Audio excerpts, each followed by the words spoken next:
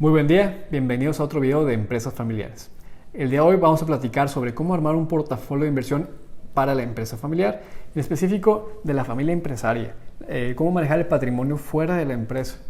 Cuando armemos este portafolio de inversión, pensemos en el patrimonio, pensemos en la casa propia, alguna casa que esté en renta, el dinero del banco, acciones en otras empresas, y así podemos ir viendo cómo se conforma el patrimonio total.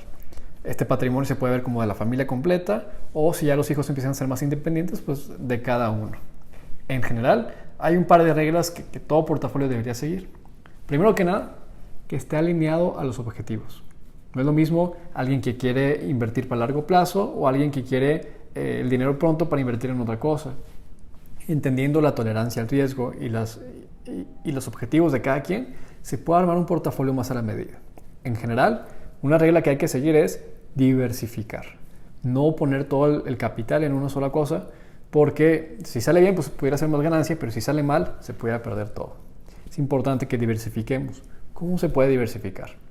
En general, pues está dentro del patrimonio más común que he visto, es la casa propia. Es algo que a veces ni se considera dentro del patrimonio, porque es algo pues, que no se piensa vender y no se hace como una inversión, sino simplemente para vivir.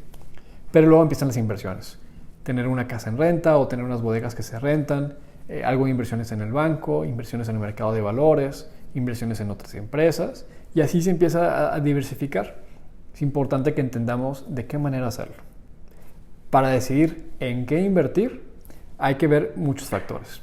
Primero que nada, la calidad de la inversión. ¿Qué tan probable es que dé un retorno medio, alto o bajo? Una inversión en bienes raíces, pues su rendimiento podrá estar estable. Si bajan los precios de los bienes raíces a veces, pero también tienden a subir y pues tienden a ser relativamente estables. Entonces, no es razonable esperar que al invertir en un terreno se multiplique su valor por 10 en un par de años, que sí ha pasado, pero no es lo común. Si han escuchado que un tío duplicó su dinero en un año con un terreno o algo así, no es lo común. Una historia no hace la regla. Tengan cuidado con ese tema. Entonces, de los bienes raíces, lo normal, lo esperado, es un retorno del 5 al 15% y dependiendo de la etapa en la que se invierta y cómo se invierta.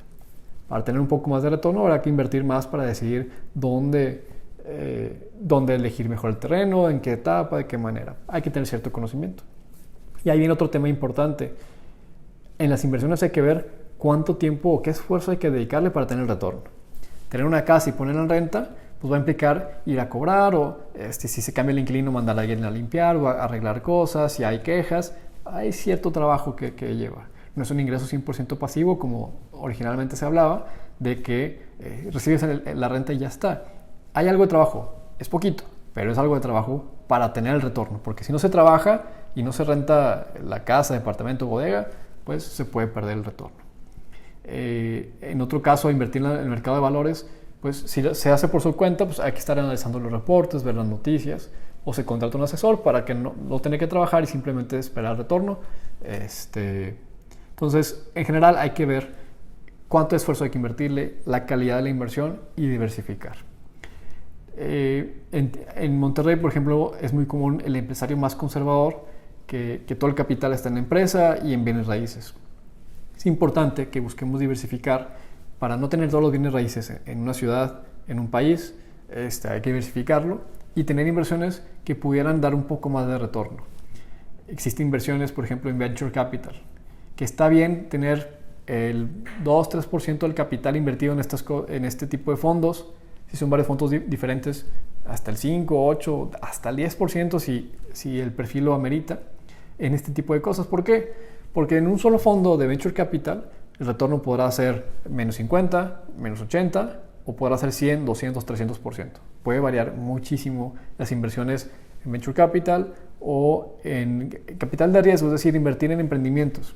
El retorno puede ser negativo, perder el capital que se invirtió, pero también se podría duplicar o triplicar. Entonces, imagínense en un portafolio donde del patrimonio se pone el 1% en un emprendimiento, pues si le va mal, pues sí, el patrimonio total baja 1%, pero si le va muy bien y se duplica o se triplica, pues habrá generado 2-3% del rendimiento total, bastante bueno.